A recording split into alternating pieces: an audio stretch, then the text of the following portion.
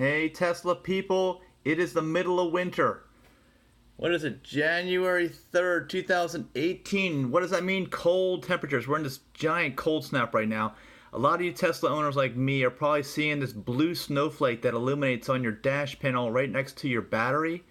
And what does that mean? Well, I've found, I think, what the answer is, and this should be correct. You can mention some things in the comments if it's not. Well, basically, the first stage of cold, which I've documented already in some videos, is that there's limited or no regeneration available. In my vehicle, I don't notice the limited, but I do notice that the regen just stops in the cold weather when it gets close to freezing. It doesn't want to recharge that battery when you're braking. And you notice that because braking is not the same. Instead of doing a 1 foot Tesla driving, which I've got videos describing 1 foot Tesla driving, how that works, you can't do it. All of a sudden, you just can't do it. So it's kind of a shock when that happens.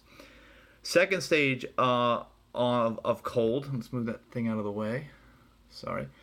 Second stage of cold is that the available power is slightly reduced. Now, I have not noticed this, but typically I don't drive like a maniac in the cold weather anyway. I usually don't drive like a maniac anyway, but typically in cold weather, the roads are less than ideal, so I'm not even trying this out, so I wouldn't even notice this second stage of cold.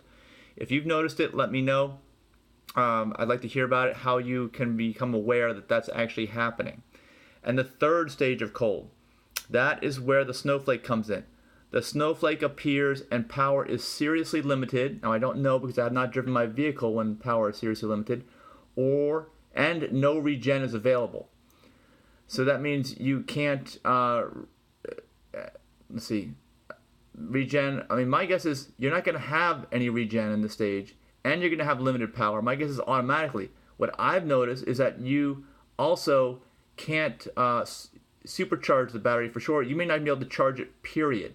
What do you know about that? Someone has commented on my videos recently where I showed the snowflake in one of my videos inadvertently, and they said it can't be charged. I think that probably is it. The battery is probably frozen because these are liquid batteries. They are lithium-ion batteries. They have liquid in them. So when this thing gets below freezing and for a long period of time, what happens is that battery liquid actually freezes. And when it freezes, you can't do much of anything with it. It will allow some power to transmit through it, and that would result in the reduced power available when driving. Like you can maybe barely get your car up to highway speed, this guy says. That makes sense. So what do you do about this?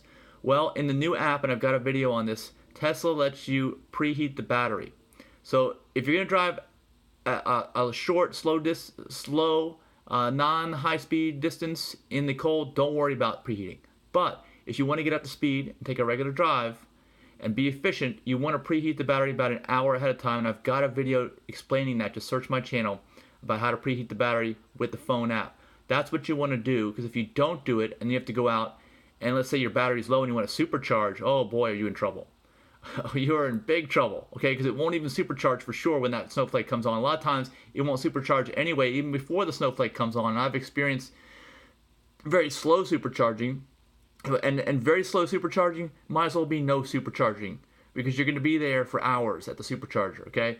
So during the cold weather, let me give you a warning and pass this along to friends. You want to realize, of course, it's going to be less efficient driving, as it is with any internal combustion engine too, but you're going to want to, if you are not charging your vehicle at night and you're getting low on battery, you're going to have to preheat that battery.